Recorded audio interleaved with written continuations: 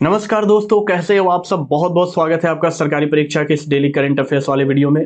दोस्तों, आज की वीडियो आपके लिए काफ़ी स्पेशल होने वाली है क्योंकि आज की वीडियो में हम पूरे सितंबर मंथ के करंट अफेयर्स पे चर्चा करने वाले हैं। यानी पूरे एक महीने में जितने भी आपके करंट अफेयर्स से रिलेटेड घटनाएं हुई हैं जिनसे आपके एग्जाम में सवाल बन सकते हैं, उन सारे क्वेश्चन को आज हम यहाँ पे चर्चा करने वाले हैं। और जैसा कि आप सबको पता है कि हम हर रोज़ सुबह 6:30 बजे आपके साथ जो है करंट अफेयर्स पे चर्चा करते हैं, वो भी पूरी डिटेल के साथ। यानी हम हर एक करंट अफेयर्स के इंपॉर्टेंट इंफॉर्मेशन आपके साथ डिस्कस करते हैं और उनसे आपके कैसे एग्जाम में सवाल बन सकते हैं उस पर भी चर्चा करते हैं। लेकिन आज की वीडियो में हम पूरे सितंबर मंथ की करंट अफेयर्स पे चर्चा करने वाले हैं। यानी कि इन करंट अफेयर्स से आपके सितंबर महीने से अगर कोई भी सवाल आते हैं तो इस करंट अफेयर्स की वीडियो देखने के बाद एक भी सवाल आपके एग्जाम में छूट नहीं पाएंगे। तो कोशिश कीजिएगा कि इस वीडियो को लास्ट तक जरूर देखें और जो भी मैं यहाँ पे इंफॉर्मेशन आपके साथ डिस्कस कर रहा हूँ, क्वेश्चन आपके साथ डिस्कस कर रहा हूँ, उसे ध्यान से सुने और कुछ एडिशनल इंफॉर्मेशन को भी कहीं नोट डाउन जरूर कर ले जो यहाँ मैं आपके साथ डिस्कस करने वाला हूँ। तो चलिए आगे बढ़ते हैं और डिस्कस करते हैं पूरे सितंबर मंथ के करंट अफेयर्स। सबसे पहला हमारा क्वेश्चन है कि प्रधानमंत्री नरेंद्र मोदी ने सितंबर 2022 में केंद्र राज्य विज्ञान सम्मेलन का वीडियो कॉन्फ्रेंसिंग के माध्यम से किस शहर में उद्घाटन किया। यहाँ पे आपसे पूछा जा रहा है कि सितंबर में केंद्र राज्य विज्ञान सम्मेलन का उद्घाटन किया गया है प्रधानमंत्री श्री नरेंद्र मोदी द्वारा, लेकिन किस शहर में किया गया है। तो सही जवाब होगा अहमदाबाद। आपको इसका ध्यान में रखना है। और अहमदाबाद को हम साइंस सिटी के भी नाम से जानते हैं। किस सिटी के नाम से जानते हैं? Science city. और यही कारण है कि ये जो सम्मेलन किया गया है ये बेसिकली केंद्र और राज्य के विज्ञान से रिलेटेड सम्मेलन है, इसीलिए इसे अहमदाबाद शहर को चुना गया है। लेकिन इसमें इंपॉर्टेंट बात यह है कि इस सम्मेलन में सारे बड़े राज्यों ने भाग लिया है एक्सेप्ट बिहार और झारखंड। यानी कि ये दो जो राज्य है, इस दोनों राज्यों ने इस सम्मेलन में भाग नहीं लिया है। तो सवाल बन सकते हैं कि किन दो राज्यों ने केंद्र राज्य विज्ञान सम्मेलन में भाग नहीं लिया है। इसे आप अच्छे से याद कर ले। दूसरा सवाल है, ऑल इंडिया रेडियो के समाचार सेवा प्रभाग के महानिदेशक के रूप में किसे नियुक्त किया गया है। तो सही जवाब होगा डॉक्टर वसुधा गुप्ता जी को। अब हम बात करें कि यहाँ पे ये ऑल इंडिया रेडियो के समाचार सेवा प्रभाग के महानिदेशक यानी कि डीजी के रूप में ये नियुक्त की गई है। लेकिन इससे पहले जो है ये प्रेस इंफॉर्मेशन ब्यूरो यानी कि पीआईबी के ये डीजी रह चुकी हैं और इन्हें हाल ही में ऑल इंडिया रेडियो के समाचार सेवा प्रभाग के महानिदेशक के रूप में नियुक्त किया गया है। आगे बढ़ते हैं, देखते हैं हमारा अगला सवाल। अगला सवाल यह है कि cricket all rounder Colin de Grandhomme ने अंतर्राष्ट्रीय क्रिकेट से संन्यास ले लिया है। वह किस देश के लिए खेलते थे? तो ये किस देश के लिए खेलते थे? न्यूजीलैंड के लिए खेलते थे। और इन्होंने जो न्यूजीलैंड के लिए अपना डेब्यू मैच खेला था वो 2012 में खेला था और अब जाके इन्होंने जो है अंतर्राष्ट्रीय क्रिकेट से संन्यास ले लिया है। हालांकि वो घरेलू क्रिकेट में खेल सकते हैं। अगला सवाल है, राजेश कुमार श्रीवास्तव को किस सरकारी फॉर्म का अंतरिम प्रमुख नियुक्त किया गया है, यानी कि इंटरिम चीफ नियुक्त किया गया है। तो सही जवाब होगा ओएनजीसी यानी कि oil and natural gas corporation. और इसकी अगर हम कुछ स्टैटिक इंफॉर्मेशन की बात कर ले तो इसकी अगर हम फाउंडेशन की बात कर ले तो 14 अगस्त 1956 में इसकी फाउंडेशन की गई थी। और इसकी जो हेडक्वार्टर की अगर हम बात करें तो इसकी हेडक्वार्टर कहाँ है? देहरादून में है। याद रखिएगा दोस्तों, उत्तराखंड के देहरादून में ओएनजीसी की हेडक्वार्टर है। और अभी जो इसके सीएमडी यानी कि चेयरमैन और जो मैनेजिंग डायरेक्टर के पद पे जो अभी यहाँ पे विद्यमान है वो एके हजारिका है। कौन है? एके हजारिका। याद रखिएगा इसको भी, क्योंकि इससे आपके सवाल स्टैटिक जीके के रूप में पूछे जा सकते हैं। आगे बढ़ते हैं, देखते हैं हमारा अगला सवाल। अगला क्वेश्चन है, भारत ने सर्वाइकल कैंसर के खिलाफ अपना पहला QHPV टीका लॉन्च किया है। इसे किस संस्थान द्वारा विकसित किया गया है? सर्वाइकल कैंसर दोस्तों एक कैंसर का रूप होता है और इस कैंसर के खिलाफ भारत ने अपना पहला घरेलू QHPV टीका लॉन्च कर दिया है। अभी तो आपने सुना होगा कि कोरोना से जो है बहुत सारे मौतें हुई हैं और उसके कारण जो है टीका लॉन्च किया गया है भारत सरकार के द्वारा। लेकिन अब जो है सर्वाइकल कैंसर से जो हमारे देशों में मौतें होती हैं उस कैंसर को खत्म करने के लिए भारत ने अपना घरेलू QHPV टीका लॉन्च किया है। और आपसे पूछा यही जा रहा है कि इसे किस संस्थान द्वारा विकसित किया गया है। तो इसे सीरम इंस्टीट्यूट ऑफ इंडिया के द्वारा विकसित किया गया है। सही जवाब सीरम इंस्टीट्यूट ऑफ इंडिया है। और इस वैक्सीन का नाम क्या है? तो इस वैक्सीन का नाम है सर्वावैक। याद रखिएगा इस वैक्सीन का नाम, क्योंकि सीरम इंस्टीट्यूट ऑफ इंडिया ने कोविड से रिलेटेड कई सारे वैक्सीन भी बनाए हैं, लेकिन यहाँ बात हो रही है आपको सर्वाइकल कैंसर की। तो इससे जो वैक्सीन की जो है प्रिपरेशन की गई है, उस वैक्सीन का भी नाम आपसे पूछा जा सकता है। तो इस वैक्सीन का नाम है सर्वावैक। नेक्स्ट क्वेश्चन है, तेलंगाना के बाद कौन सा राज्य देश का दूसरा राज्य बन गया है जहां महिला निधि योजना शुरू की गई है?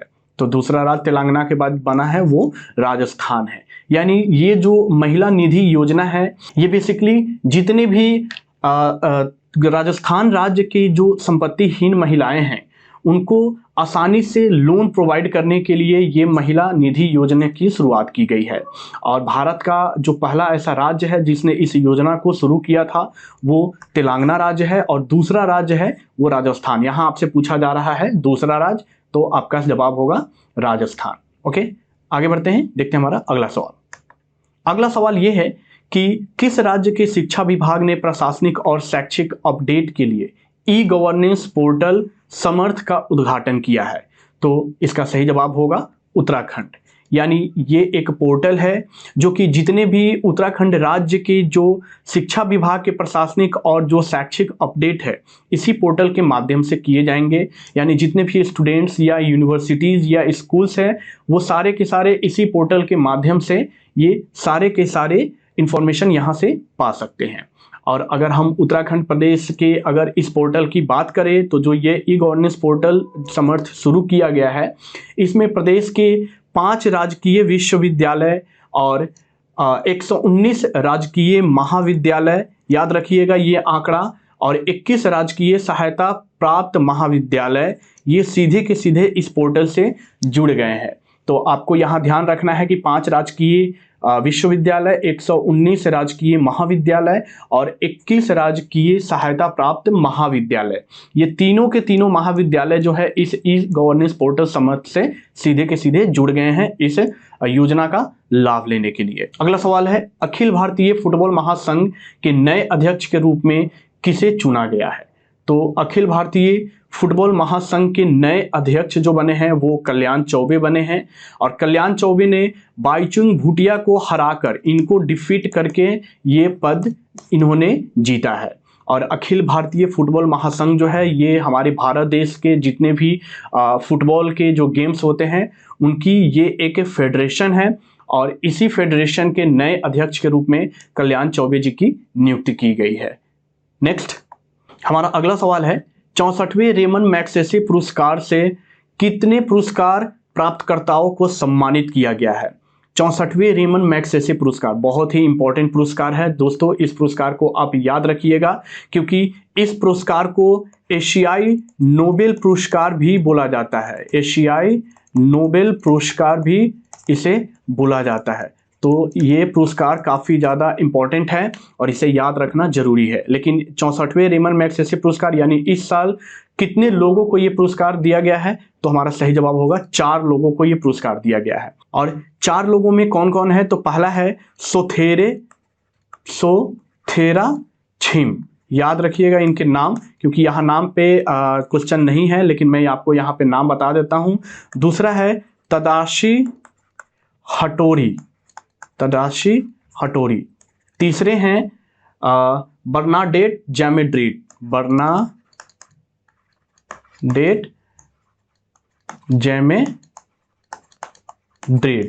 ये तीसरे हैं।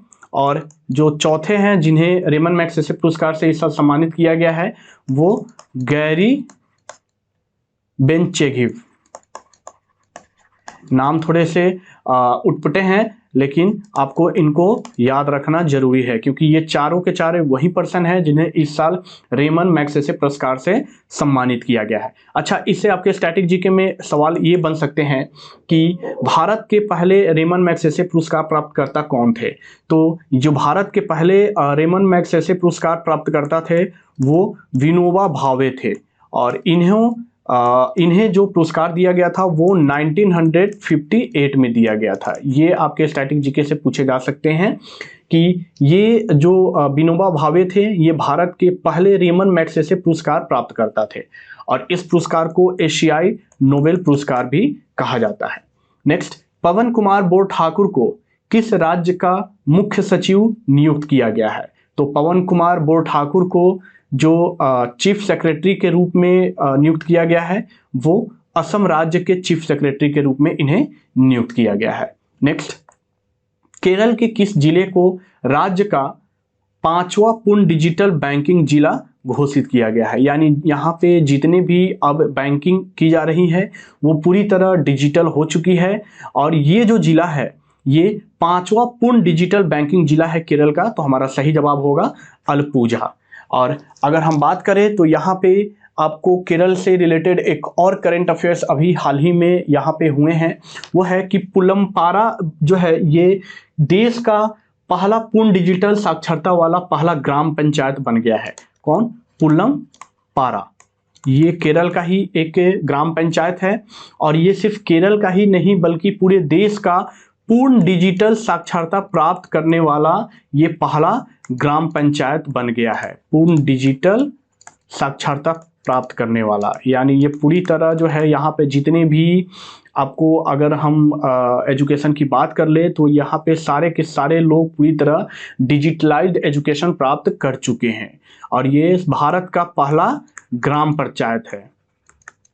इसे आपको याद रखना जरूरी है क्योंकि यहाँ ये जो सवाल आपके इस केरल राज्य से एक और सवाल बन सकते हैं, इसलिए मैंने आपके साथ ये डिस्कस कर दिया। अगला सवाल है, लिज ट्रस को ब्रिटेन की डैश महिला प्रधानमंत्री के रूप में नियुक्त किया गया है, यानी ये ब्रिटेन की कितने नंबर की महिला प्रधानमंत्री बनी है? तो हमारा सही जवाब होगा तीसरा। लेकिन ये महिला प्रधानमंत्री तो ब्रिटेन की तीसरी महिला प्रधानमंत्री बनी है, लेकिन ओवरऑल अगर हम ब्रिटेन की प्रधानमंत्री की बात करें तो ये ओवरऑल ब्रिटेन की 56वीं प्रधानमंत्री बनी है और इन्होंने जिसको हराकर इस प्रधानमंत्री के पद पे ये विजेता बनी है वो भारतीय मूल के जो है ब्रिटेन नागरिक है। इनका नाम है ऋषि सुनक। नाम याद रखिएगा क्योंकि इन्होंने इसे ही हराकर ब्रिटेन की ये महिला प्रधानमंत्री बनी है। और इनसे पहले जो पहले नंबर की और जो दूसरे नंबर की ब्रिटेन की महिला प्रधानमंत्री है वो है मार्गरेट थैचर। Margaret Thatcher. दूसरे जो ब्रिटेन की महिला प्रधानमंत्री है उनका नाम थेरेसा है और अब ये जो है तीसरे नंबर की ब्रिटेन की महिला प्रधानमंत्री। नेक्स्ट क्वेश्चन है, कर्नाटक के पुण्यकोटि दत्तू योजना के लिए किस अभिनेता को ब्रांड एम्बेसडर नियुक्त किया गया है? सबसे पहले तो इस योजना को जानते हैं।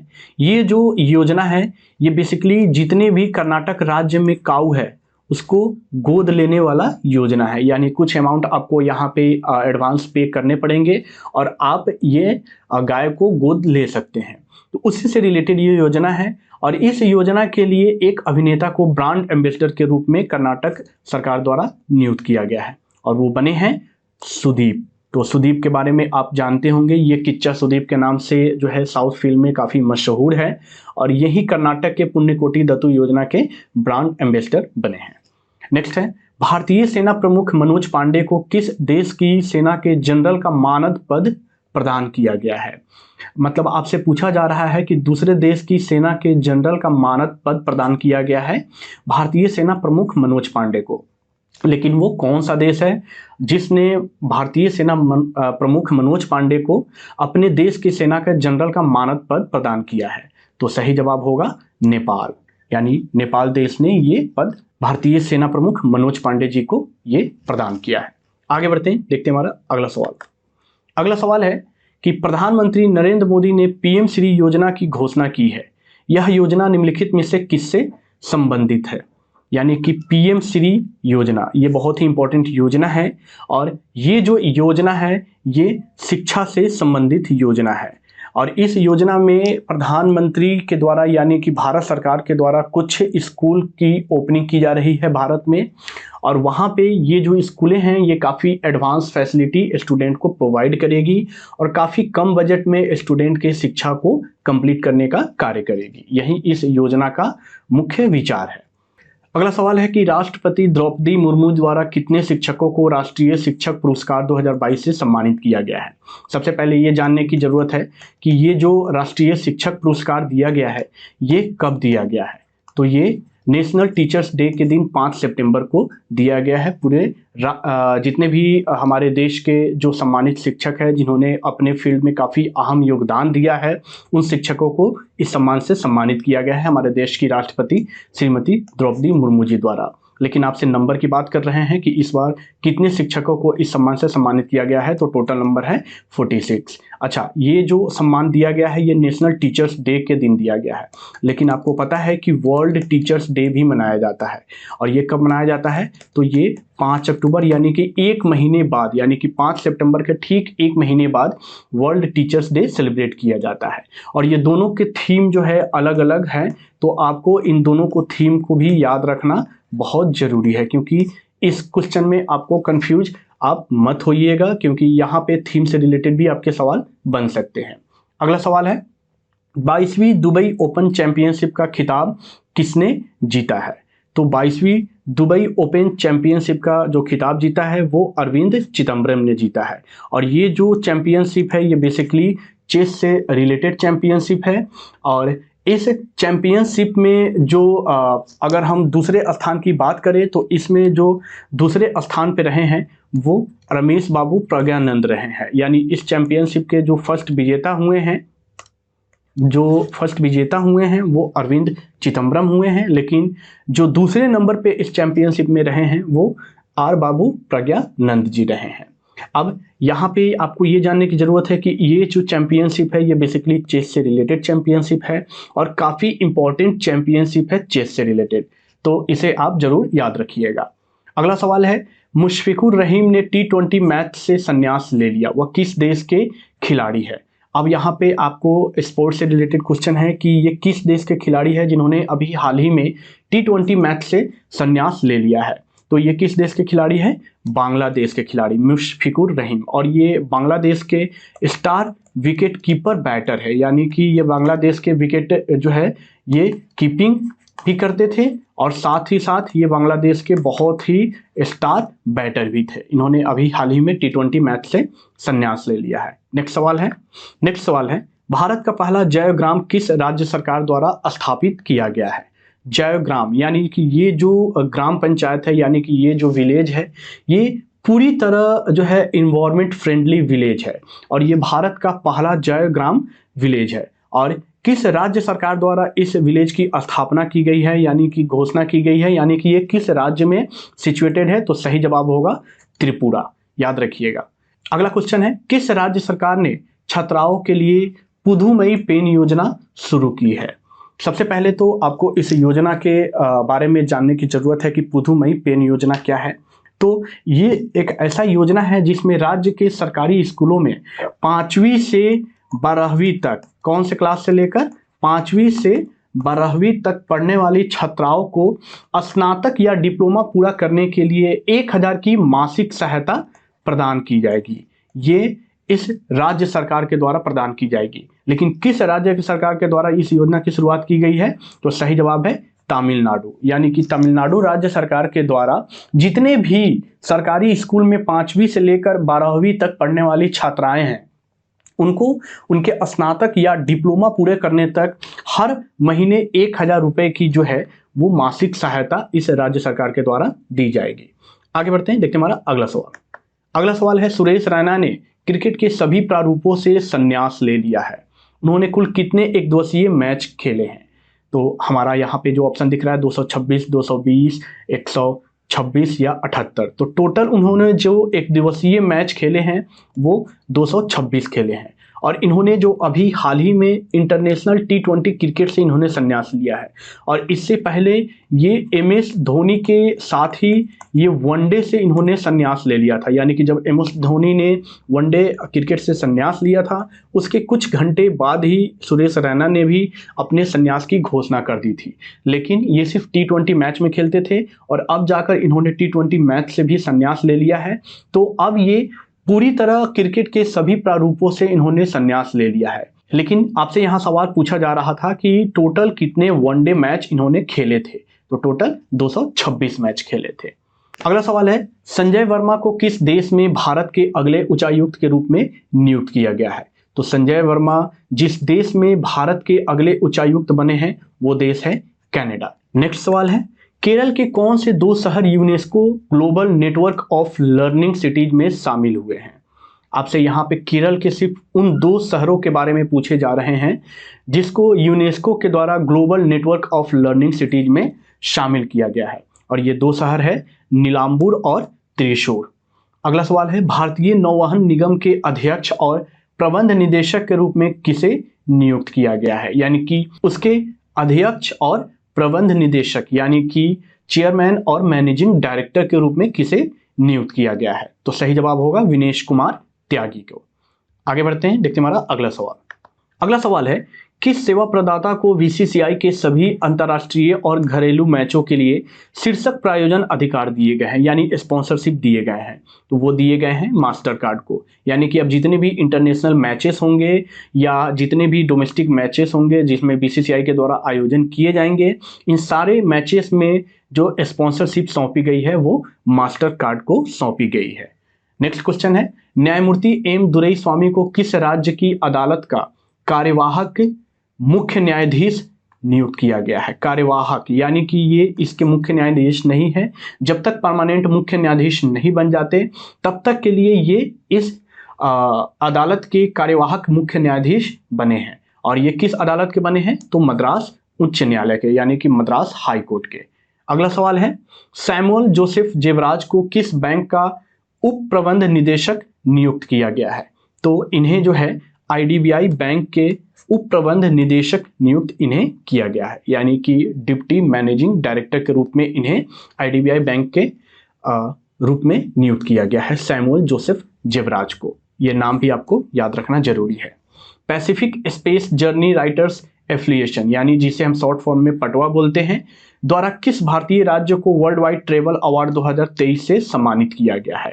यानी इन ऑप्शन में से एक ऐसा भारतीय राज्य है जिसे पटवा के द्वारा वर्ल्ड वाइड ट्रेवल अवार्ड यानी टूरिज्म के सेक्टर में ये अवार्ड दिया जाता है और इस अवार्ड से इस राज्य को सम्मानित किया गया है। तो सही जवाब है पश्चिम बंगाल यानी कि वेस्ट बंगाल। नेक्स्ट क्वेश्चन है, महानगर गैस लिमिटेड के अध्यक्ष के रूप में किसे नियुक्त किया गया है? तो सही जवाब होंगे महेश वी अय्यर। यानी कि ये जो महानगर गैस लिमिटेड है ये बेसिकली जितने भी शहरों में गैस की सप्लाई की जाती है, चाहे वो एलपीजी है या सीएनजी है, उसकी एक कंपनी है और इसी के अध्यक्ष के रूप में महेश वी अय्यर जी को नियुक्त किया गया है। नेक्स्ट सवाल है, पीटर एल्बर्स को किस भारतीय एयरलाइन के मुख्य कार्यकारी अधिकारी के रूप में नियुक्त किया गया है? यानी कि यहाँ पे आपको भारतीय एयरलाइन से रिलेटेड बात हो रही है और उस एयरलाइन के पीटर एल्बर्स क्या बने हैं? तो मुख्य कार्यकारी अधिकारी। और किस एयरलाइन के बने हैं? तो इंडिगो। इंडिगो जो फ्लाइट है ये भारत में सबसे ज़्यादा डोमेस्टिक फ्लाइट की सेवा देने वाली ये फ्लाइट है और इसी फ्लाइट के मुख्य कार्यकारी अधिकारी के रूप में पीटर एल्बर्स को नियुक्त किया गया है। नेक्स्ट सवाल है, 2006 के बाद से यूएस ओपन सेमीफाइनल में पहुंचने वाले पहले अमेरिकी व्यक्ति कौन बने हैं? यानी कि 2006 के बाद से जो टेनिस का यूएस ओपन चैंपियनशिप होता है, जो टेनिस के जो ग्रैंड स्लैम होते हैं, उस जो ग्रैंड स्लैम के सेमीफाइनल में पहुंचने वाले ये पहले अमेरिकी व्यक्ति बने हैं और इनका नाम है फ्रांसिस टियाफो। यानी कि ये बहुत ही एक इम्पॉर्टेंट क्वेश्चन है, इससे सवाल बन सकते हैं क्योंकि इससे पहले जो है यानी कि 2006 से के बाद से अगर देखें तो इस यूएस ओपन के सेमीफाइनल में किसी अमेरिकी खिलाड़ी ने पार्टिसिपेट नहीं किया था, लेकिन इन्होंने इस रिकॉर्ड को तोड़ दिया है।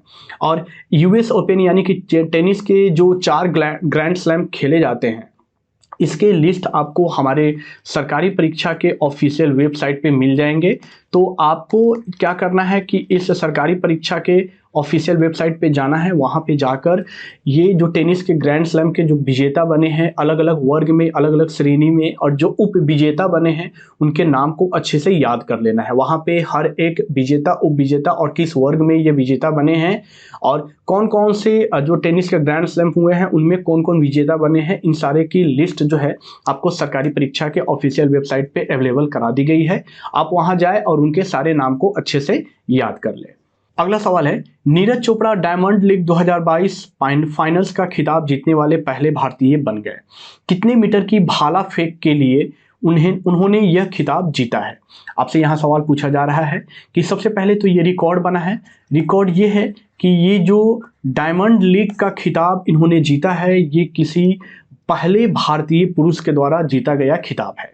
और इस खिताब को जीतने के लिए इन्होंने कितने मीटर की भाला फेंकी है, ये आपसे सवाल पूछा जा रहा है। तो सही जवाब है 88.44 मीटर, यानी इस डिस्टेंस की इन्होंने अपने जैवलिन को थ्रो किया और इसी डिस्टेंस के साथ ये जो है खिताब को जीतने वाले पहले भारतीय बन गए हैं। और नीरज चोपड़ा तो आपको पता ही है कि इन्होंने टोक्यो ओलंपिक में भारत को गोल्ड मेडल दिलाया हुआ है और ये इस बार के जो टोक्यो ओलंपिक के आयोजन किए गए हैं उसमें ये गोल्ड मेडल लाने वाले एकमात्र भारतीय हैं। आगे बढ़ते हैं, देखते हैं हमारा अगला सवाल। अगला सवाल है, WRI के सहयोग से भारत के किस थिंक टैंक ने देश के पहले राष्ट्रीय इलेक्ट्रिक फ्रेट प्लेटफॉर्म ई फास्ट इंडिया का उद्घाटन किया है? हमारे यहाँ पे ऑप्शन जो दिख रहे हैं, नीति अनुसंधान केंद्र, NITI Aayog, observer research foundation या राष्ट्रीय समुद्री फाउंडेशन। और आपसे पूछ रहा है ये कि इनमें से किस थिंक टैंक ने भारत के पहले राष्ट्रीय इलेक्ट्रिक फ्रेट प्लेटफॉर्म ई फास्ट इंडिया, यानी कि ये एक ऐसा प्लेटफॉर्म है जहाँ पे जो मालगाड़ी के द्वारा जो है वो अब माल की सप्लाई की जाएगी और ये पूरी तरह जो है इलेक्ट्रिक फ्रेट प्लेटफॉर्म बन चुका है। और इसके जो डेवलपमेंट की गई है वो किसके द्वारा की गई है, यही आपसे पूछा जा रहा है। तो ये नीति आयोग के द्वारा की गई है। अगला सवाल है, देश के सबसे बड़े रबर बांध का उद्घाटन कहाँ किया गया है? तो ये बहुत ही इंपॉर्टेंट क्वेश्चन है क्योंकि ये देश का सबसे पहला रबर बांध है, यानी कि पानी को जमा करने के लिए, पानी को स्थिर बनाए रखने के लिए इस बांध का निर्माण किया गया है। और इस बांध का जो निर्माण किया गया है वो गया में किया गया है। किस नदी के किनारे? तो फल्गु नदी के किनारे। ऐसा माना जाता है कि फल्गु नदी को सीता जी के द्वारा श्राप था कि इस नदी में पानी कभी भी नहीं रुकेंगे, यानी पानी कभी भी नहीं होंगे। लेकिन ये जो रबर बांध है इसी रिवर के ऊपर इस रबर बांध का निर्माण किया गया है और इस बांध के निर्माण के कारण अब फल्गु रिवर में भी पानी रुक रही है, यानी पानी की फ्लो अब बनी हुई है। नेक्स्ट क्वेश्चन देखते हैं। अगला सवाल है, किस राज्य सरकार ने वर्षा जल संचयन योजना छाता की शुरुआत की है? यानी ये जो योजना है ये बेसिकली जो हमारे रेन वाटर है उस रेन वाटर को हार्वेस्ट करने के लिए इस योजना की शुरुआत की गई है। और इस योजना की जो शुरुआत की गई है वो उड़ीसा गवर्नमेंट के द्वारा की गई है। जितने भी उड़ीसा गवर्नमेंट के जो पब्लिक बिल्डिंग हैं या जो उड़ीसा गवर्नमेंट के जितने भी सरकारी कार्यालय हैं उन सारे कार्यालय में इस तरह के रेन वाटर हार्वेस्टिंग की योजना लगाई गई है ताकि वहां पे वाटर की प्रॉब्लम ना हो सके। अगला सवाल है, मिस अर्थ इंडिया 2022 का खिताब किसने जीता है? तो मिस अर्थ इंडिया 2022 का खिताब वंशिका परमार जी ने जीता है। नाम आपको याद रखने की जरूरत है। नेक्स्ट क्वेश्चन देखते हैं। अगला सवाल है, यूएस ओपन 2022 का महिला एकल खिताब किसने जीता है? अभी इससे पहले एक और सवाल आपसे पूछा था मैंने कि 2006 के बाद यूएस ओपन में किस अमेरिकी खिलाड़ी ने इसके सेमीफाइनल में पार्टिसिपेट किया, यानी सेमीफाइनल में पहुंचने वाला ये पहला अमेरिकी खिलाड़ी बन गया था 2006 के बाद। अब वहीं यूएस ओपन से एक और सवाल है कि यूएस ओपन 2022 का महिला एकल का खिताब किसने जीता है? तो इस यूएस ओपन के जो महिला एकल का खिताब जिस खिलाड़ी ने जीता है वो है इगा स्वीटेक। और इससे रिलेटेड हर एक इंफॉर्मेशन मैंने कहाँ बताया है? तो सरकारी परीक्षा के ऑफिशियल वेबसाइट पे। अगला क्वेश्चन है, सिंगापुर के प्रतिष्ठित सैन्य पुरस्कार पिंगट जसा जेमिलंग, जिसे हम तंतेरा भी कहते हैं, से किसे सम्मानित किया गया है? इस पुरस्कार को आप याद रखिएगा।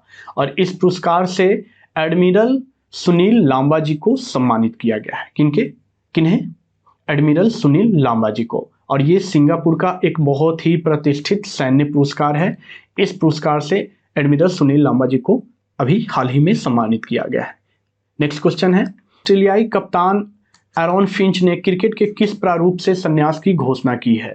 ये ऑस्ट्रेलिया के कप्तान हैं और इन्होंने क्रिकेट के एक प्रारूप से संन्यास की घोषणा इन्होंने कर दी है और वो प्रारूप है एक दिवसीय अंतर्राष्ट्रीय यानी कि ODI यानी कि वनडे इंटरनेशनल मैच से ये अब इन्होंने संन्यास ले लिया है और ये वनडे इंटरनेशनल मैच अब नहीं खेलेंगे। अगला सवाल है, फार्मूला 1 इटालियन ग्रांड प्रिक्स 2022 का खिताब किसने जीता है? यानी कि ये एक फार्मूला 1 का ये एक रेसिंग इवेंट होता है और इस रेसिंग इवेंट का खिताब किसने जीता है ये आपसे पूछा जा रहा है। तो इसके विजेता है मैक्स वर्स्टापेन। नेक्स्ट सवाल देखते हैं। अगला सवाल है, स्पाइस जेट के नए मुख्य वित्तीय अधिकारी के रूप में किसे नियुक्त किया गया है? स्पाइस जेट ये भी हमारे एक घरेलू जो है ये विमान सेवा कंपनी है और इसी के मुख्य वित्तीय अधिकारी के रूप में जिन्हें नियुक्त किया गया है उनका नाम है आशीष कुमार। और अगर हम स्पाइस जेट के CEO के नाम अगर हम जानने की यहाँ पे अगर बात करें तो जो स्पाइस जेट के CEO हैं वो है अजय सिंह और इसकी जो स्थापना की गई थी वो 9 फरवरी 1984 में की गई थी स्पाइस जेट की। हमारा अगला सवाल है, मानव अधिकारों के लिए संयुक्त राष्ट्र के अगले उच्चायुक्त के रूप में किसे नियुक्त किया गया है? यानी कि जितने भी मानव के अधिकार है उसके अधिकार को संरक्षण के लिए या उसके अधिकार को लोगों के बीच में जानकारी देने के लिए संयुक्त राष्ट्र के द्वारा उसके जो एम्बेसडर के रूप में नियुक्त किए गए हैं उनका नाम है वोल्कर तुर्क। याद रखिएगा इस नाम को, ये यूनाइटेड नेशन के अगले उच्चायुक्त के रूप में इन्हें नियुक्त किया गया है मानव अधिकारों के लिए। अगला सवाल है, चेक गणराज्य की विश्व प्रसिद्ध खिलाड़ी बारबोरा स्पोटकोवा ने संन्यास की घोषणा की है।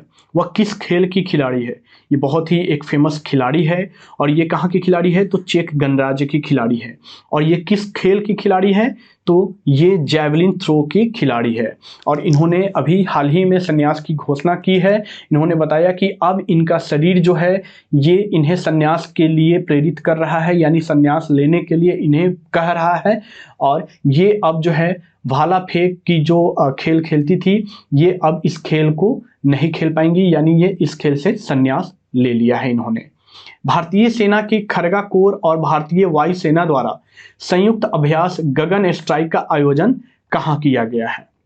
तो इसका जो आयोजन किया गया है वो पंजाब में किया गया है। ये बहुत ही महत्वपूर्ण एक मिलिट्री एक्सरसाइज है और ये जो मिलिट्री एक्सरसाइज है इस एक्सरसाइज में जो भारतीय सेना की खरगा कोर है और भारतीय वायुसेना यानी कि इंडियन एयर फोर्स, इन दोनों ने इस मिलिट्री एक्सरसाइज में साथ मिलकर इस एक्सरसाइज को कंप्लीट किया है और इसका आयोजन जो है वो पंजाब में किया गया था। अगला सवाल है, भारत के पहले chief of defence staff general Bipin Rawat के नाम पर किस सैन्य स्टेशन का नाम रखा गया है? ये बहुत ही इंपॉर्टेंट क्वेश्चन है क्योंकि जनरल बिपिन रावत जो भारत के पहले CDS थे यानी चीफ ऑफ डिफेंस स्टाफ थे, इनकी अभी हाल ही में तमिलनाडु के जो है कुन्नूर में इनकी हेलीकॉप्टर दुर्घटना में मौत हो गई थी और उन्हीं के सम्मान में अभी हाल ही में एक सैन्य स्टेशन का नाम इनके नाम पे रखा गया है और ये सैन्य स्टेशन है किबिथु मिलिट्री गैरिसन। और यहाँ अगर हम CDS की बात करें तो CDS से एक और जो है करंट अफेयर्स की सवाल आपसे बन सकती है कि सेकेंड CDS भारत के कौन बने हैं? तो जो सेकेंड CDS बने हैं भारत के वो है जनरल अनिल चौहान। ये जो हैं ये भारत के दूसरे CDS बने हैं। CDS जो होते हैं ये तीनों सेनाओं के प्रमुख होते हैं और अभी जो भारत के दूसरे CDS बने हैं उनका नाम है जनरल अनिल चौहान। इन्होंने किनका स्थान लिया है? तो जनरल बिपिन रावत का स्थान लिया है। अगला सवाल है, AEBC कॉर्प इंडिया के मुख्य कार्यकारी अधिकारी और कंट्री मैनेजर के रूप में किसे नियुक्त किया गया है? यानी यहाँ पे आपको AEBC का मतलब है अमेरिकन एक्सप्रेस बैंकिंग कॉरपोरेशन। क्या मतलब है इसका? सबसे पहले तो इसका मतलब जानना जरूरी है कि अमेरिकन एक्सप्रेस बैंकिंग कॉरपोरेशन ये AEBC का मतलब है। इसी के मुख्य कार्यकारी अधिकारी और कंट्री मैनेजर के बारे में आपसे पूछा जा रहा है कि कौन बने हैं। तो सही जवाब है संजय खन्ना। नेक्स्ट सवाल देखते हैं। अगला सवाल है कि मांस के विज्ञापन पे प्रतिबंध लगाने वाला विश्व का पहला शहर कौन बन गया है? और ये मांस के विज्ञापन पे जिस शहर ने प्रतिबंध लगाया है वो शहर हार्लेम बन गया है। और ये जो हार्लेम है ये न्यूयॉर्क का एक पड़ोसी जो है सिटी है, और इसी सिटी ने अभी हाल ही में अपने पूरे शहर में मांस के जो विज्ञापन किए जाते हैं अपने इन्वायरमेंट को क्लीन रखने के लिए, अपने जो शहर के आसपास के वातावरण है उसको शुद्ध और स्वच्छ बनाए रखने के लिए मांस के विज्ञापन पे प्रतिबंध लगा दिया है। नेक्स्ट सवाल है, दक्षिण अफ्रीका के केप टाउन में आयोजित 2022 रग्बी विश्व कप सेवेंस में किस देश ने पुरुषों का खिताब जीता है? यहाँ पे महिलाओं की बात नहीं हो रही है, यहाँ पे पुरुषों की बात हो रही है कि जो 2022 के रग्बी विश्व कप सेवेंस में पुरुषों का खिताब किस देश ने जीता है? तो फिजी ने जीता है। और किस देश को हराकर ये खिताब जीता है? तो ऑस्ट्रेलिया को हराकर ये खिताब इस देश ने जीता है। अगला सवाल है कि अगस्त महीने के लिए ICC player of the month सम्मान से किसे सम्मानित किया गया है?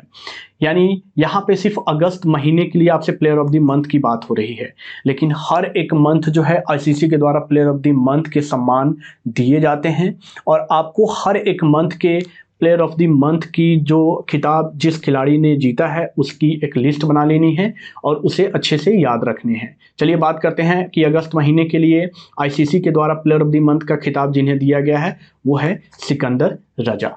अगला सवाल है, प्रलय मंडल को किस बैंक का प्रबंध निदेशक और मुख्य कार्यकारी अधिकारी नियुक्त किया गया है? इन्हें जिस बैंक का प्रबंध निदेशक यानी कि मैनेजिंग डायरेक्टर और चीफ एग्जीक्यूटिव अधिकारी यानी कि एमडी और सीईओ के रूप में नियुक्त किया गया है वो बैंक है सीएसबी यानी कि सीएसबी बैंक। इसी बैंक के ये एमडी और सीईओ बने हैं। आगे बढ़ते हैं, देखते हैं हमारा अगला सवाल। अगला सवाल है, खाद्य सुरक्षा एटलस जारी करने वाला तीसरा राज्य कौन बन गया है?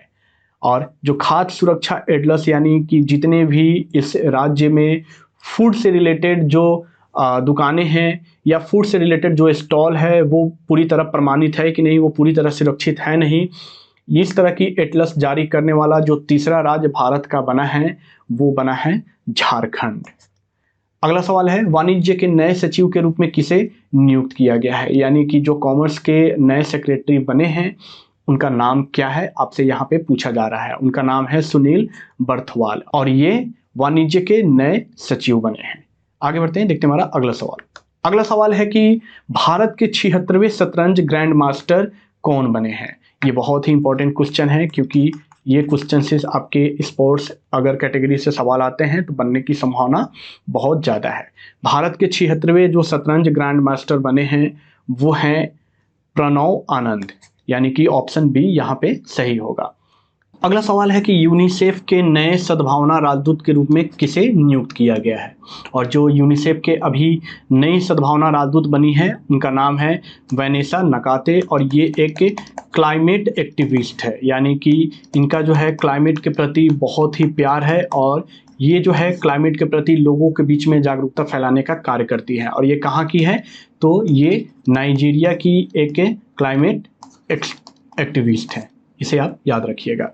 अगला सवाल है, इंडसइंड बैंक ने कितने वर्षों के लिए सुमंत कथपालिया को एमडी और सीईओ के रूप में फिर से नियुक्त किया है? यानी कि इससे पहले भी सुमंत कथपालिया जो थे वो इंडसइंड बैंक के एमडी और सीईओ थे और इन्हें फिर से नियुक्त किया है 3 सालों के लिए। यहाँ पे सही जवाब होगा 3 साल। अगला सवाल है, विश्व कुश्ती चैंपियनशिप में 4 पदक जीतने वाले एकमात्र भारतीय कौन बन गए हैं? यानी कि ये जो वर्ल्ड रेसलिंग चैंपियनशिप की जो आयोजन की गई थी उसमें इस खिलाड़ी ने 4 पदक जीता है और इस 4 पदक को जीतने वाला ये एकमात्र खिलाड़ी बन गया है और इनका नाम है बजरंग पुनिया। इन्हें सारे इंडियन जानते होंगे क्योंकि इन्होंने भारत को बहुत सारे चैंपियनशिप में गोल्ड मेडल दिलाए हैं। अगला सवाल है, किस राज्य के नंजरायन टैंक को उस राज्य के 17वें पक्षी अभयारण्य के रूप में अधिसूचित किया गया है? यानी कि ये जो पक्षी अभयारण्य है नंजरायन टैंक ये उस राज्य का 17वें पक्षी अभयारण्य बना है और ये किस राज्य में स्थित है? तो तमिलनाडु में। और तमिलनाडु के ये तिरुपुर जिले में सिचुएटेड है। कौन से जिलों में? तिरुपुर डिस्ट्रिक्ट है तमिलनाडु के, इसी जिले में ये नंजरायन टैंक सिचुएटेड है। और ये टैंक जो है ये तमिलनाडु राज्य का 17वां पक्षी अभयारण्य के रूप में इसे अधिसूचित यानी कि नामित किया गया है। अगला सवाल है कि किस टीम ने डुरंड कप फुटबॉल टूर्नामेंट 2022 का खिताब जीता है? डुरंड कप फुटबॉल टूर्नामेंट जो कि भारत का बहुत ही पुराना टूर्नामेंट है, और इस साल जो इसका खिताब जीता है वो बेंगलुरु एफसी टीम ने जीता है। अगला सवाल देखते हैं। अगला सवाल है, मोरक्को में आयोजित विश्व पैरा एथलेटिक्स ग्रांड प्रिक्स 2022 में देवेंद्र झाझड़िया ने कौन सा पदक जीता है? मोरक्को में ये जो है विश्व पैरा एथलेटिक्स ग्रांड प्रिक्स 2022 का आयोजन किया गया था, और इसमें भारतीय खिलाड़ी देवेंद्र झाझड़िया ने जो पदक जीता है वो पदक है रजत, यानी कि इन्होंने रजत पदक जीता है। अगला सवाल है, भारतीय बीमा नियामक और विकास प्राधिकरण जिसे IRDAI बोलते हैं में सदस्य के रूप में किसे नियुक्त किया गया है? लेकिन इनकी जो सदस्यता है इसमें ये गैर जीवन यानी कि परमानेंट के रूप में ये नियुक्त नहीं की गए हैं। और इनका नाम क्या है? तो इनका नाम है थॉमस एम देवासिया। ये भारतीय बीमा नियामक और विकास प्राधिकरण के सदस्य के रूप में इन्हें अभी हाल ही में नियुक्त किया गया है। अगला सवाल है, किस भारतीय वैज्ञानिक और उद्योगपति को फ्रांस के शीर्ष नागरिक सम्मान Chevalier de la Legion d'honneur जिसे Knight of the Legion Honour भी कहा जाता है से सम्मानित किया गया है? और यहाँ पे ऑप्शन आपको दिख रहे हैं, मुकेश अंबानी, शिव नादर, राधाकृष्ण दमानी और स्वाति पीरामिल। तो सही जवाब होगा स्वाति पीरामिल, यानी कि ये जो पीरामिल ग्रुप है ये उसी की अभी CEO हैं, और इन्हें ही अभी हाल ही में फ्रांस के जो शीर्ष नागरिक सम्मान है उसी सम्मान से इन्हें सम्मानित किया गया है। अगला सवाल है, society of Indian automobile manufacturers के नए अध्यक्ष के रूप में किसे नियुक्त किया गया है? यानी कि जितने भी भारत में जो ऑटोमोबाइल बनती है उसकी एक ऑर्गेनाइजेशन है, इस ऑर्गेनाइजेशन का नाम है society of Indian automobile manufacturers, और इस ऑर्गेनाइजेशन के जो नए अध्यक्ष बने हैं उनका नाम है विनोद अग्रवाल। अगला क्वेश्चन है, न्यायमूर्ति टी राजा को किस राज्य के उच्च न्यायालय के कार्यवाहक मुख्य न्यायाधीश के रूप में नियुक्त किया गया है? तो इन्हें मद्रास उच्च न्यायालय के कार्यवाहक मुख्य न्यायाधीश के रूप में नियुक्त किया गया है। अगला क्वेश्चन है, किस देश के तेज गेंदबाज रूबेल हुसैन ने टेस्ट क्रिकेट से संन्यास की घोषणा कर दी है? या रूबेल हुसैन जो है ये बांग्लादेश के बहुत ही तेज गेंदबाज है और इन्होंने अब संन्यास ले लिया है टेस्ट क्रिकेट से। अगला सवाल देखते हैं। अगला सवाल है, भारत का पहला स्वच्छ सुजल प्रदेश किसे घोषित किया गया है? यानी कि यहाँ पे जितने भी अब वाटर प्रोवाइड किए जा रहे हैं इस जगह पे वो पूरी तरह जो है वो स्वच्छ वाटर यानी कि जो नल जल योजना जो चलाई गई है वो वहाँ पे अब पूरी तरह हर एक घर में लागू हो चुकी है, और ये भारत का पहला स्वच्छ सुजल प्रदेश बन गया है। कौन है? तो अंडमान और निकोबार। अगला सवाल है, garden rich ship builders and engineering limited को किस राज्य मंत्रालय द्वारा राजभाषा कीर्ति पुरस्कार से सम्मानित किया गया है? तो सही जवाब है गृह मंत्रालय।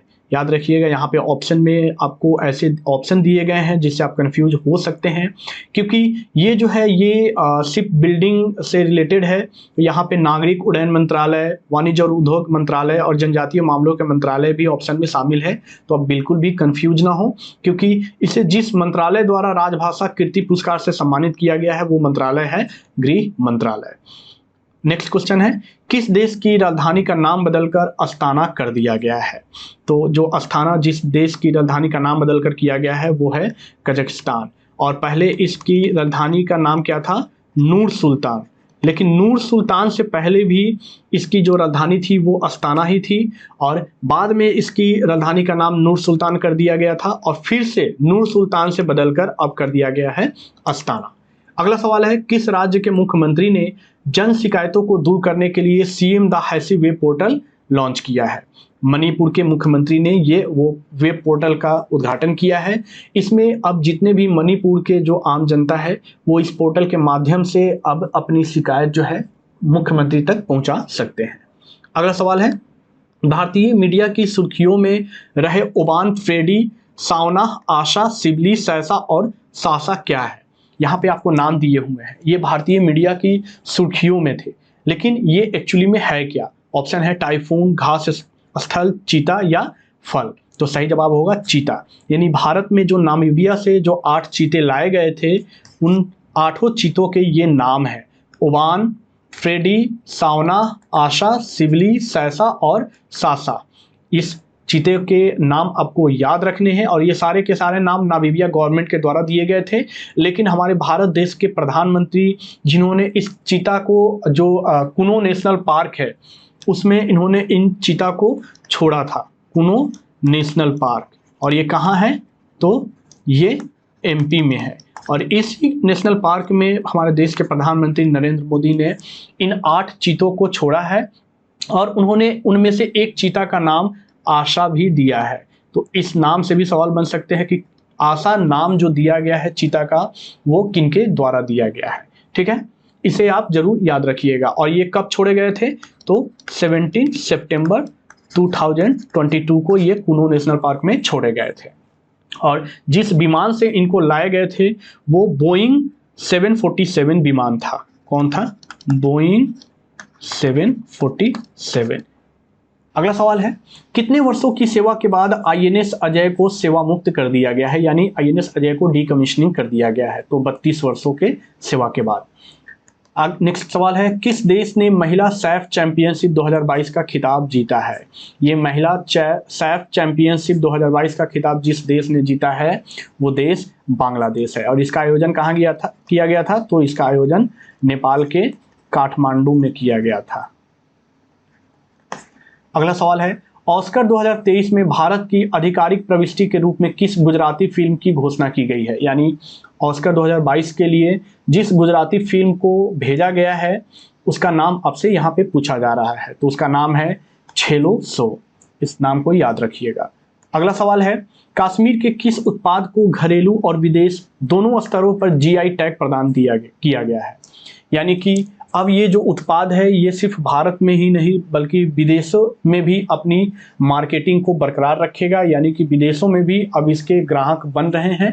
और ये जो कश्मीर का उत्पाद है वो है कश्मीरी केसर। और यहाँ पे जितने भी आपको ऑप्शन में दिख रहे हैं, पश्मीना शॉल, कन्नी शॉल और खातनबंद, ये सारे के सारे कश्मीरी प्रोडक्ट है। और ये ऐसे कश्मीरी प्रोडक्ट है जिन्हें जीआई टैग ऑलरेडी मिल चुका है। अगला सवाल है, यस बैंक के अंशकालिक अध्यक्ष के रूप में किसे नियुक्त किया गया है? यानी ये परमानेंट अध्यक्ष नहीं बने हैं बल्कि कुछ ही समय के लिए ये अध्यक्ष बने हैं और इनका नाम है आर गांधी।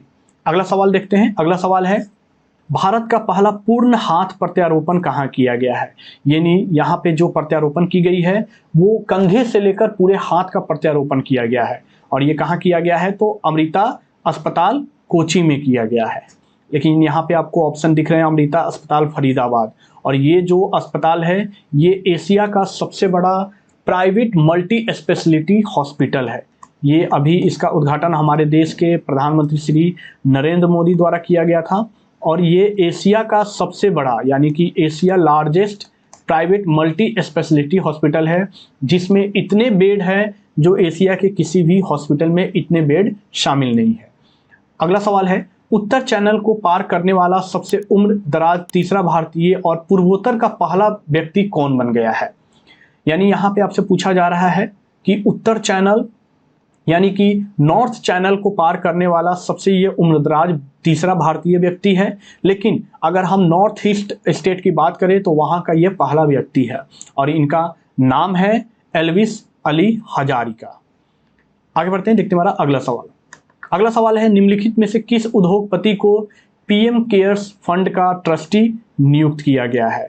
और इनमें से यानी कि इन ऑप्शन में से जिसे पीएम केयर्स फंड का ट्रस्टी नियुक्त किया गया है वो है रतन टाटा। अगला क्वेश्चन है, निम्नलिखित में से किस पहल के लिए भारत ने संयुक्त राष्ट्र पुरस्कार जीता है? यानी भारत ने यूनाइटेड नेशन की जो अवार्ड जीती है वो भारत उच्च रक्तचाप नियंत्रण पहल के लिए जीती है। यानी भारत ने जो अपने कंट्री है उसमें हाई ब्लड प्रेशर को नियंत्रण करने के लिए ये अवार्ड जीता है। अगला सवाल है, प्रमुख डिजिटल भुगतान पहल यूपीआई पर रुपए क्रेडिट कार्ड, यूपीआई लाइट और Bharat bill pay cross border bill भुगतान किस बैंक द्वारा शुरू किया गया है? तो सही जवाब है भारतीय रिजर्व बैंक। भारतीय रिजर्व बैंक ने अब यूपीआई पर रुपए क्रेडिट कार्ड भी लॉन्च कर दिया है, यानी कि अब जितने भी यूपीआई पेमेंट आप करते थे वो डेबिट कार्ड से लिंक होते थे, लेकिन अब क्रेडिट कार्ड से भी यूपीआई पेमेंट आप कर सकते हैं। ये पहल भारतीय रिजर्व बैंक के द्वारा शुरू की गई है। अगला सवाल है, किस राज्य सरकार ने अपने सचिवालय का नाम डॉक्टर भीमराव अंबेडकर के नाम पर रखने की घोषणा की है? हमारा सही जवाब होगा तेलंगाना, यानी तेलंगाना राज्य ने अपने सचिवालय का नाम बदलकर अब डॉक्टर भीमराव अंबेडकर सचिवालय करने की घोषणा की है। ऐसा इसलिए किया है क्योंकि तेलंगाना की जो स्थापना की गई है वो आर्टिकल 36A के तहत की गई है, यानी आर्टिकल 36A वही है जिसे हमारे भारत देश के संविधान निर्माणकर्ता डॉक्टर भीमराव अंबेडकर ने शामिल किया था, और उनके सम्मान में ही तेलंगाना राज्य ने अपने सचिवालय का नाम डॉक्टर भीमराव अंबेडकर करने की घोषणा की है।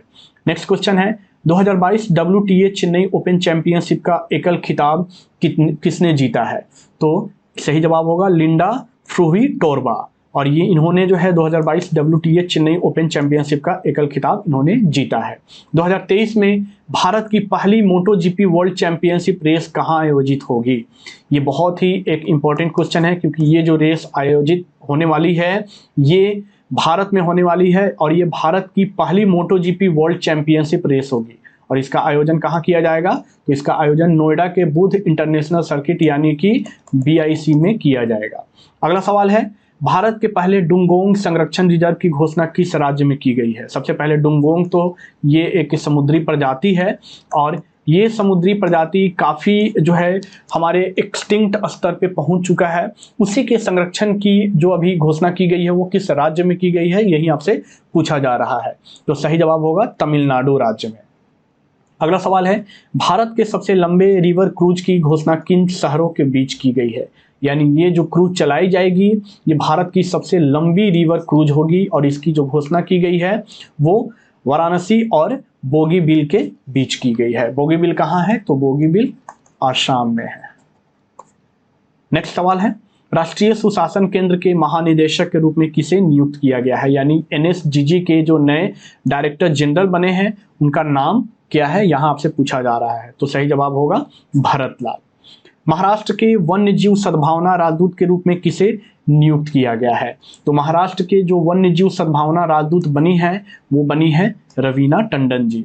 दोस्तों ये सारे के सारे क्वेश्चन हम आपको बहुत ही कम समय में आपको रिवाइज करवा रहे हैं, क्योंकि अगर आप डेली करंट अफेयर्स देख रहे होंगे तो आपको हर एक क्वेश्चन का जवाब पता होगा, लेकिन अगर आप नहीं देख पा रहे हो किसी कारणवश तो आपके लिए हम ये पूरे सितंबर मंथ का करंट अफेयर्स यहाँ पे प्रेजेंट कर रहे हैं, और आपसे यही उम्मीद कर रहे हैं कि आप इस करंट अफेयर्स को अच्छे से ध्यान से सुन रहे होंगे और अच्छे से इसको जरूर रिवाइज भी कर रहे होंगे।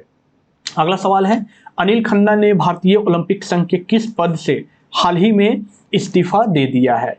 तो इन्होंने भारतीय ओलंपिक संघ के जिस पद से इस्तीफा दिया है वो पद है कार्यवाहक अध्यक्ष के पद से। यहाँ पे कार्यकारी अध्यक्ष भी दिया हुआ है, तो कंफ्यूज नहीं होना है। अमेजन ने किस भारतीय राज्य में अपने पहले सौर ऊर्जा संयंत्र लगाने की घोषणा की है? ये भी काफी इंपॉर्टेंट है, इसे भी ध्यान रखना है। और अमेजन ने जिस भारतीय राज्य में अपने पहले सौर ऊर्जा संयंत्र लगाने की घोषणा की है वो राज्य है राजस्थान। नेक्स्ट क्वेश्चन है, डॉक्टर राजीव बहल को कितने वर्षों के लिए भारतीय चिकित्सा अनुसंधान परिषद के महानिदेशक के रूप में नियुक्त किया गया है? तो इनकी जो नियुक्ति की गई है वो 3 वर्ष के लिए की गई है। हॉकी इंडिया के नए अध्यक्ष के रूप में किसे नियुक्त किया गया है? हॉकी इंडिया के जो नए अध्यक्ष बने हैं वो बने हैं दिलीप तिर्की। अगला सवाल है, डॉक्टर एम श्रीनिवास को किस सरकारी अस्पताल का निदेशक नियुक्त किया गया है? सही जवाब होगा अखिल भारतीय आयुर्विज्ञान संस्थान दिल्ली, यानी कि AIIMS Delhi. AIIMS all India institute of medical and science Delhi. महारत्न का दर्जा हासिल करने वाली 12वीं कंपनी कौन सी बन गई है? ये भी काफ़ी इंपॉर्टेंट है, क्योंकि इस कंपनी को हाल ही में महारत्न का दर्जा दिया गया है, और ये कंपनी है ग्रामीण विद्युतीकरण निगम यानी कि REC लिमिटेड। अगला सवाल है, भारतीय ओलंपिक संघ के संविधान में संशोधन के लिए सर्वोच्च न्यायालय द्वारा किसे नियुक्त किया गया है? यानी जो ओलंपिक संघ में जो संशोधन करने हैं उसके लिए सर्वोच्च न्यायालय द्वारा जिन्हें नियुक्त किया गया है वो है जस्टिस L नागेश्वर राव। अगला सवाल है, हरमन क्रिस्टन पुरस्कार 2022 किसने जीता है? और हरमन क्रिस्टन पुरस्कार 2022 के जो विजेता है उनका नाम है मीना कंदासाम्य। अगला सवाल है, mini Ratna company RailTel corporation of India limited के अध्यक्ष और प्रबंध निदेशक के रूप में किसे नियुक्त किया गया है? तो संजय कुमार जी को नियुक्त किया गया है। महारानी एलिजाबेथ द्वितीय वुमन ऑफ द ईयर, महारानी एलिजाबेथ जिनका अभी हाल ही में मृत्यु हो गई है, उन्हीं के नाम पे ये सम्मान है वुमेन ऑफ द ईयर का जो प्रथम पुरस्कार दिया गया है वो किन्हें दिया गया है, ये आपसे पूछा जा रहा है। और इसकी जो विजेता बनी है वो सुएला ब्रेवर मैन बनी है। अगला सवाल है, 25 सितंबर को भारत सरकार के प्रमुख कार्यक्रम मेक इन इंडिया को कितने साल पूरे हो चुके हैं? तो मेक इन इंडिया को 25 सितंबर को जो साल पूरे हुए हैं वो 8 साल पूरे हो गए हैं, यानी इसे 25 सितंबर 2014 को इसकी स्थापना की गई थी, यानी इसका शुभारंभ किया गया था। और इसका शुभारंभ किसके द्वारा किया गया था? तो हमारे देश के प्रधानमंत्री श्री नरेंद्र मोदी जी द्वारा किया गया था। अगला सवाल है, ई लर्निंग प्लेटफॉर्म भारत विद्या का उद्घाटन किसके द्वारा किया गया है? और इस भारत विद्या का जो उद्घाटन किया गया है वो निर्मला सीतारमण जी द्वारा किया गया है। अगला सवाल है, भारतीय महिला गेंदबाज झूलन गोस्वामी ने अंतर्राष्ट्रीय क्रिकेट से संन्यास ले लिया है, उन्होंने अपना अंतिम मैच किस देश के खिलाफ खेला है? यानी इन्होंने जो संन्यास की घोषणा की है और इन्होंने जो अपना लास्ट मैच खेला है वो इंग्लैंड के खिलाफ खेला है। भारतीय समाचार पत्र सोसाइटी के अध्यक्ष के रूप में किसे नियुक्त किया गया है? तो भारतीय समाचार पत्र सोसाइटी के अध्यक्ष जो बने हैं उनका नाम है के राजा प्रसाद रेड्डी। दोस्तों, यहाँ पे जो करंट अफेयर्स पे मैं चर्चा कर रहा हूँ वो पूरी तरह हिंदी मीडियम में कर रहा हूँ, लेकिन आपको इसके जो पीडीएफ है या आपको इसके जो करंट अफेयर्स है सरकारी परीक्षा के वेबसाइट पे, आप वहाँ हिंदी और इंग्लिश दोनों मीडियम में वहाँ पढ़ सकते हैं और इससे रिलेटेड क्विज भी लगा सकते हैं। तो आप बिल्कुल भी ना घबराएं कि ये हिंदी मीडियम में करंट अफेयर्स है, आपको अंग्रेजी मीडियम के करंट अफेयर्स भी आपको हमारे ऑफिशियल वेबसाइट पे अवेलेबल करा दिए गए हैं, तो वहाँ से जाकर आप उस करंट अफेयर्स को भी पढ़ सकते हैं। अगला सवाल है, नमूना पंजीकरण सर्वेक्षण के अनुसार किस राज्य में लिंगानुपात बहुत कम है? तो सही जवाब होगा उत्तराखंड। लेबर कप चैंपियनशिप 2022 का खिताब किस टीम ने जीता है? तो जिस टीम ने लेबर कप चैंपियनशिप 2022 का खिताब जीता है वो है टीम वर्ल्ड। और ये जो लेबर कप चैंपियनशिप का आयोजन किया जाता है वो दो टीमों के बीच में किया जाता है, टीम यूरोप और टीम वर्ल्ड। यानी ये दोनों टीम मिलकर इस चैंपियनशिप को खेलते हैं और जो इस बार के विजेता बने हैं वो टीम वर्ल्ड बने हैं। अगला सवाल है, निम्नलिखित में से किसने मौलिक भौतिकी में 2023 ब्रेक थ्रू प्राइज का पुरस्कार जीता है? और जिसने 2023 ब्रेक थ्रू प्राइज का पुरस्कार जीता है वो है गाइस ब्रसार्ड। अगला सवाल है, एयरपोर्ट काउंसिल इंटरनेशनल द्वारा किस एयरपोर्ट को एयरपोर्ट सर्विस क्वालिटी अवार्ड 2022 से सम्मानित किया गया है? यानी ये जो अवार्ड दिया गया है ये इनके सर्विस के कारण, बेहतरीन सर्विस के कारण ये अवार्ड दिया गया है। और ये अवार्ड से कोचीन अंतर्राष्ट्रीय हवाई अड्डा को सम्मानित किया गया है एसीआई के द्वारा। अगला सवाल है, बंडारू विल्सन बाबू को किस देश में भारतीय राजदूत नियुक्त किया गया है? तो बंडारू विल्सन बाबू जिस देश में भारतीय राजदूत बने हैं वो देश है मेडागास्कर। अगला क्वेश्चन है, किस राज्य के मुख्यमंत्री ने हमर बेटी हमर मान अभियान शुरू किया है? ये भी बहुत इंपॉर्टेंट है क्योंकि ये जिस राज्य के मुख्यमंत्री के द्वारा शुरू किया गया है ये बेसिकली एक ऐसा अभियान है जिसमें उस राज्य के जो गर्ल्स हैं या उस राज्य की जो महिलाएं हैं उनके सम्मान में इस योजना की शुरुआत की गई है और इसका सही जवाब होगा छत्तीसगढ़। अगला सवाल है, कर्मचारी राज्य बीमा निगम के महानिदेशक के रूप में किसे नियुक्त किया गया है? तो कर्मचारी राज्य बीमा निगम के जो नए महानिदेशक बने हैं वो बने हैं राजेंद्र कुमार। अगला क्वेश्चन है कि भारतीय रेलवे ने किस अभियान के तहत 497 स्टेशनों को दिव्यांगजनों के अनुकूल बनाया है? यानी ये जो स्टेशन दिव्यांगजनों के अनुकूल बनाए गए हैं, यहाँ पे जितने भी फिजिकली डिसेबल पर्सन हैं या जो ओल्ड एज पर्सन है या जो बच्चे हैं उनको स्टेशन पे चलने फिरने में मदद करने के लिए बनाया गया है, या स्टेशन पे आने के लिए इसे बनाया गया है, या स्टेशन से बाहर निकलने के लिए इसे बनाया गया है। और ये जिस अभियान के तहत 497 स्टेशनों को दिव्यांगजनों के अनुकूल बनाया गया है, वो अभियान है सुगम्य भारत अभियान। अगला सवाल, दादा साहब फाल्के पुरस्कार के 52वें प्राप्तकर्ता के रूप में किसे घोषित किया गया है? ये बहुत ही इंपॉर्टेंट है क्योंकि नेशनल फिल्म अवार्ड्स में अभी जो दादा साहब फाल्के पुरस्कार 52वां दिया गया है वो आशा पारेख जी को दिया गया है। ठीक है, अगला सवाल है, विश्व रेबीज दिवस 2022 का विषय क्या है? विश्व रेबीज दिवस यानी कि वर्ल्ड रेबीज डे 2022 का थीम क्या है? और ये जो है बहुत ही एक इम्पॉर्टेंट डे है और इसे आपके थीम के रूप में भी याद रखना है। और इसका एक थीम है रेबीज एक स्वास्थ्य शून्य मृत्यु, यानी कि रेबीज से हर एक इंसान स्वस्थ हो लेकिन एक भी मृत्यु ना हो, ये इसका थीम है। अगला सवाल है कि किस केंद्रीय मंत्रालय द्वारा कुओं के जल स्तर को मापने के लिए जलदूत ऐप का उद्घाटन किया गया है? और इस जलदूत ऐप का जो उद्घाटन किया गया है वो ग्रामीण विकास मंत्रालय द्वारा किया गया है। अगला सवाल है, हाल ही में किस राज्य में 512 नई इंदिरा रसोई की शुरुआत की गई है? और जिस राज्य में 512 इंदिरा रसोई की शुरुआत की गई है वो राज्य है राजस्थान। यानी कि इंदिरा रसोई एक ऐसा राजस्थान गवर्नमेंट के द्वारा चलाया गया अभियान है जहां पे गरीबों को 8 रुपीज में खाना जो है अवेलेबल 1 टाइम मील कराए जाते हैं और ये 8 रुपए में एक टाइम का खाना गरीब वहां पे जाकर खा सकते हैं। और उसी राज्य में हाल ही में, पहले तो और भी यहाँ पे इंदिरा रसोई शुरू किए गए थे लेकिन हाल ही में 512 नए इंदिरा रसोई की शुरुआत की गई है। अगला सवाल है, भारत के नए चीफ ऑफ डिफेंस स्टाफ के रूप में किसे नियुक्त किया गया है? इसके बारे में मैंने आपको पहले जानकारी दे दी है और इसका सही जवाब क्या होगा? तो लेफ्टिनेंट जनरल अनिल चौहान। अगला सवाल यहाँ पे ये है, आपसे पूछा जा रहा है कि भारत के नए अटॉर्नी जनरल कौन बने हैं? ये भी बहुत इंपॉर्टेंट क्वेश्चन है क्योंकि इनकी भी नियुक्ति अभी हाल ही में की गई है और इनकी जो नियुक्ति की गई है वो किनके स्थान पे की गई है? तो के वेणुगोपाल की स्थान पे की गई है। जो भारत के नए अटॉर्नी जनरल बने हैं वो आर वेंकट रमनी बने हैं। अगला क्वेश्चन है, दलीप ट्रॉफी 2022 का खिताब किस टीम ने जीता है?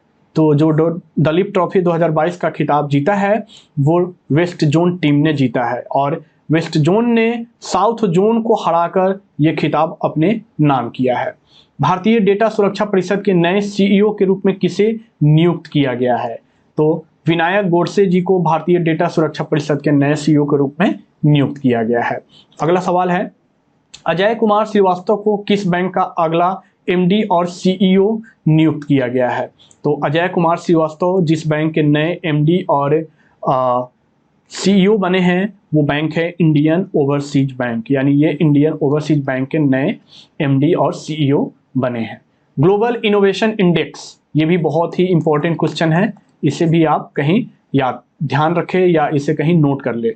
ग्लोबल इनोवेशन इंडेक्स 2022 में भारत का स्थान क्या है?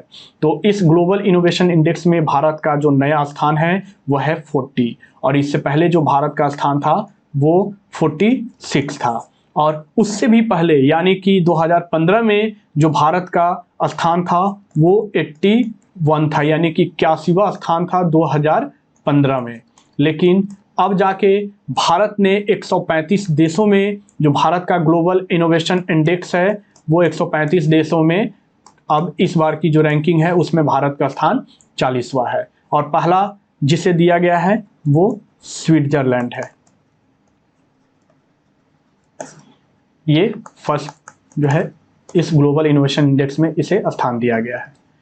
अगला सवाल है, विश्व का सबसे बड़ा पवन सौर संयंत्र कहाँ स्थापित किया गया है? सही जवाब होगा राजस्थान। हमारा अगला सवाल है, टाइम पत्रिका द्वारा जारी टाइम 100 नेक्स्ट की सूची में शामिल होने वाले एकमात्र भारतीय कौन है? तो एकमात्र जो इस सूची में शामिल होने वाले भारतीय है वो है आकाश अंबानी और ये अभी जियो के चेयरमैन भी बने हैं। अगला सवाल, केंद्रीय पर्यटन मंत्रालय द्वारा किस राज्य को सर्वश्रेष्ठ साहसिक पर्यटन गंतव्य पुरस्कार दिया गया है? और जिस राज्य को सर्वश्रेष्ठ साहसिक पर्यटन गंतव्य पुरस्कार दिया गया है वो राज्य है उत्तराखंड। अगला सवाल है, राष्ट्रीय खेल 2022 के ट्रैक साइकिलिंग इवेंट का आयोजन कहाँ किया जाएगा, यानी कहाँ किया गया है? तो सही जवाब है नई दिल्ली। यानी जो हमारे देश में अभी नेशनल गेम्स हो रहे हैं उसके सारे के सारे इवेंट के आयोजन कहाँ हो रहे हैं, तो गुजरात के 6 सिटीज में हो रहे हैं।